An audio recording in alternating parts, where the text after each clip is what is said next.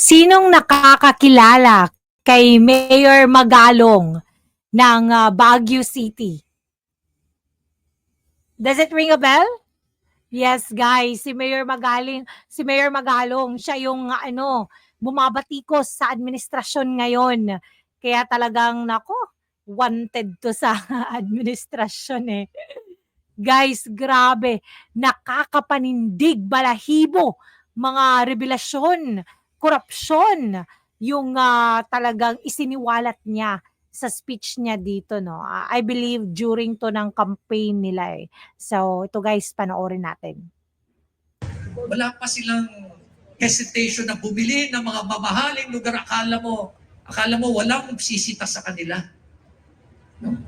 They are so bold, they're so brave, they're so courageous na mamimili pa sila ng mga mahal na mansion dyan sa Paris, France, dupat sa 10-bedroom mansions sa mga napakamahal na distrito sa Paris, France. Grabe, no? No? Hindi pa yan. No? Mga ibang mga pag-aaring napakamahal sa buong bansa, pinagbibili na nila lahat. Yes. Sama-sama sila. Grabe. Ngayon, tatahimik na lang ba tayo? Hindi tayo imik kasi anyway, kalakaran naman yan. Anyway, binibigyan naman tayo ng 5,000 pesos, okay na tayo, ayuda. Okay na tayo. Okay, sige, nakawin nyo na yung mga bilyon-bilyon na yan. Okay lang sa amin yan, basta bigyan nyo kami ng ayuda. No!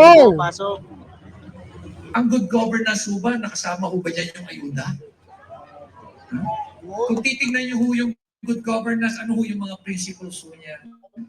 Efficiency, effectiveness, transparency, accountability, citizens' participation, inclusiveness, rule of law, respect for human rights, authentic leadership. Hinahanap ko po yung ayuda, hindi ko po makita. First time in the history of Baguio City na bumabaha ho ang pera rito ngayon. Bumabaha para ibenta nyo yung inyong mga boto. Dito rin sa Mindanao. Bumabaha din para sirain kaming nagtataguyod ng good governance. Yes. Dahil inilalabas po namin itong mga dumi nila. Totoo. Alam niyo, pag nagnanakaw ka ng 1 billion pesos a year, that would translate to 2.7 million a day. Pero hindi lang ho bilyon ang kanilang ninanakaw. Hindi lang ho 1 bilyon, 2 bilyon, 3 bilyon, 4 na bilyon, 5 bilyon. Paano nila ginagawa? Katulad yung rock netting na yan. Yung mga nakikita nyo dyan sa bundok kayo na nakabalot ng mga bakal. 25,000 pesos, ang totoong presyo lang yan is 2,300, 2 to 3,000 pesos per square meter. Mas mahal pa doon sa mga lupa ninyo. Hala, grabe. Madami pa naman yan dito sa amin. Oo, yung mga rock netting sa mga bukid. Alam mo yung nasa gilid ng kalsada, yung malalaking bukid. Madami yan dito sa amin. Protection daw yan sa landslide. Totoo ba yan? 25,000 pesos. Tingnan mo is 1 square meter. Grabe. Katulad yung nilagay dyan sa kalsada na ilaw. Ang presyo niya sa kontrata, 11,780 pesos. 11,720 pesos. When in fact, ang presyo lang yan is 1,350 plus 200 na installation plus 246 na tax, 1,800. Ibig sabihin, 9,900 ang ninanakaw nila. Bawat piraso, bilangin nyo lahat yung mga piraso nandiyan sa Kisag Road, sa Marcos Highway, sa Quezon, lahat. Millions and millions po yan. Hindi pa sila nagsawa, sana sa gitna lang nila lalagyan. 10 meters sana international standard, ginawa nilang 5 meters, ginawa pa nilang 2.5 meters para mas maraming bilhin. Hindi pa yan, nilagyan pa nila sa kaliwa, nilagyan pa nila sa kanan. How many pieces were bought?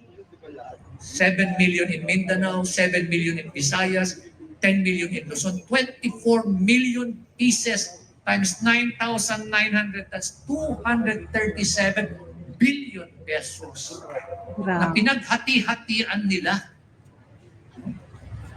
At yan yung ngayon yung mga binibigay nila sa inyo, tuwan-tawa kayo. na nakatanggap kayo ng 500, 1,000, pero ninakawan pala kayo ng bilyong piso, pero Grabe. let us wake up, Apo. Let us wake up. Meron na naman silang ginawa. No? Ngayon, pinahinto na lahat ni Secretary Bunuan nung in-interview siya ni Secretary Ted Filon. Sabi ni Ted Filon, bakit itong ganito? Rock netting, bakit itong ganito yung presyo nito? Eh, sabi ni Mayor Magalong, ganito. Tapos maya-maya, sinabi na naman niya, o paano itong cat's eye? Sabi ni Mayor Magalong, itong presyo nito. Anong salita ni Secretary Bunuan? Oo, kaya nga, totoo nga yan. Exorbitant niya, kaya pinahinto ko na yan lahat. Paano itong mga roadside barrier? Nakita niyo ba yung yellow barrier sa nakalagay sa kalsada? Ang presyo ho nun is 121,330, isang metro. Ang totoong presyo lang yan is $255. So in short, Mga nasa $255, 14,000 pesos. Sabihin na natin, lagyan na natin ng logistics, lagyan na natin ng taxes, 20,000. Ibig ko sabihin, sa isang metro, ang kinikita pa lang nilang kickback, 100,000 pesos. grabe. Sa isang kilometro, 1,000 kilometers, 1,000 meters, ilang hundreds and hundreds of kilometers na nilagyan sa buong bansa. Yan po yung mga perang, mga taxes na binayaran ho natin. Diyan ho galing lahat yan. Pati ho yung mga ayudang pinibibigay nila na para iparamdam sa inyo, may utang na loob kayo sa amin. Yes. Actually ho yan yung mga taxes mo na binayaran nyo, dugo at pawis na pinaghirapan ninyo. Pero kung gastusin nila, pamigay nila lahat, akala mo kanila. Tapos yung sagot pa nila dyan, alam mo yung si Abante? Oo, sagot pa niya dyan yung sinabi ng vlogger na, mga taxes po namin yun. Sabi niya, ma'am, excuse me po, anong akala mo sa akin? Hindi ako nagbabayad ng tax? Taxpayer din ako. Tingnan mo, grabe yung mga ano. Oo nga, taxpayer nga din kayo. Pero yung kinikickback nyo sa mga korupsyon nyo, grabe, bilyon-bilyon. Grabe guys. Moshi? Kaya bilib ako kay Mayor Magalong. Naku, kakaunti na lang yung mga mayor na ganyan guys. Kasi dito sa amin sa Surigao, yung dalawang mayor, puro bayad eh. Yung dalawang congressman, puro din. Walang linya ni Duterte dito sa amin, wala. Kaya sobrang hirap guys. Nahihirapan talaga ako sinong iboboto ko. Kaya sinabi ko wala na lang akong iboboto na congressman, na governor, mayor meron. Pero yung congressman talaga, governor guys. Yung mayor, bobotohan ko na lang talaga siya kasi hindi naman siya sa side ng mga administrasyon, no? Hindi naman, pero hindi talaga dineclare na side siya sa PDP. Pero nakikita ko namang sinusuportahan niya yung PDP. Pero naku guys, grabe, sobrang hirap. Wala na talagang mga, alam mo yung mga government officials na talagang katulad ni Magalong na talagang, alam mo yun, ayaw ng korupsyon. Yun talaga guys, kasi magiging maunlad yung lungsod pag walang korupsyon. Makita mo talaga guys, maganda yung mga buildings, updated or parang, alam mo yung up to date or parang, alam mo yung makikita mo talaga na hindi kayo pinapabayaan or hindi kayo malayo sa kabihasnan. Yun talaga yung difference.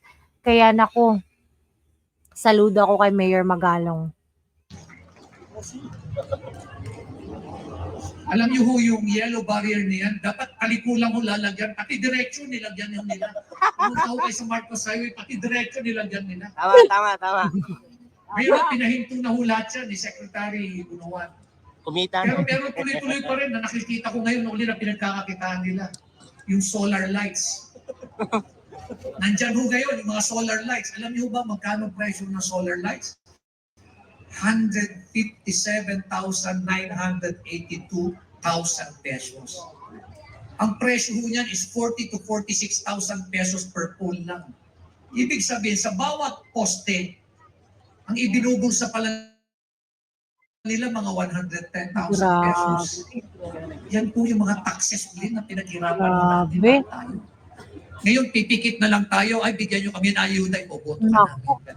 Ganun na lang po ba tayo mag-isip sa Baguio? Hindi. Kakaiba ho tayo sa Baguio. Grabe, Please. no? Grabe pala yung kurakot yung mga solar lights na yan. Dito sa amin, sobrang daming nilagay na solar lights. Grabe, wow.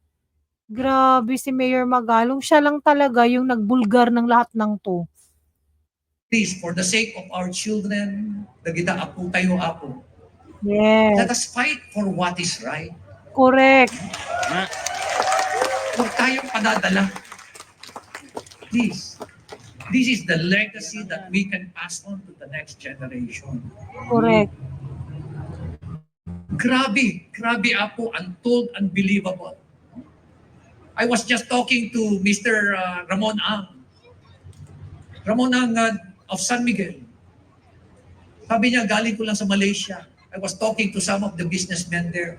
I was inviting them to come to Baguio, to the Philippines to invest. Sabi nila, we don't want to invest in your country because there's so much corruption. Uy, sakit. Real talk. At ang tanong sa kanila sa kanya, what is happening to your what is happening to your country? Grabe. Nako. Nakakalungkot isipin. No? Ganun na ang tingin sa atin. Correct. Kung nagtataka kayo, sino sa mga senator ang nagsasalita tungkol sa corruption? Wala. Can you give me a name, please? Wala. Only the PDP lang. Sino sa mga congressman na nagsasalita tungkol sa corruption? PDP laban lang yung nagsasalita about corruption, guys. Itong Marcoleta. Pwede pa si Marcoleta. Pwede pa, di ba? Congressman Marcoleta, sino pa? Si Brother Yadi Villanueva. Siguro meron pa. Isipak, pwede. Meron pa. Sa mga governor, meron ba kayo naririnig na nagsasalita? Wala. Sa mga mayor, sino nagsasalita? Ikaw lang. Sino pa ho? Vico Vico Soto. Soto. Crisel Lagman of Albay. Pero anong nangyayari sa amin ngayon? So much money is being poured to destroy us. Yes. Imagine mo yung laki na matitipid mo. Grabe, guys. Yun lang talaga, guys. Grabe. Sobrang daming mga ano na ngayon, mga politiko na wala na talagang ginawa, no?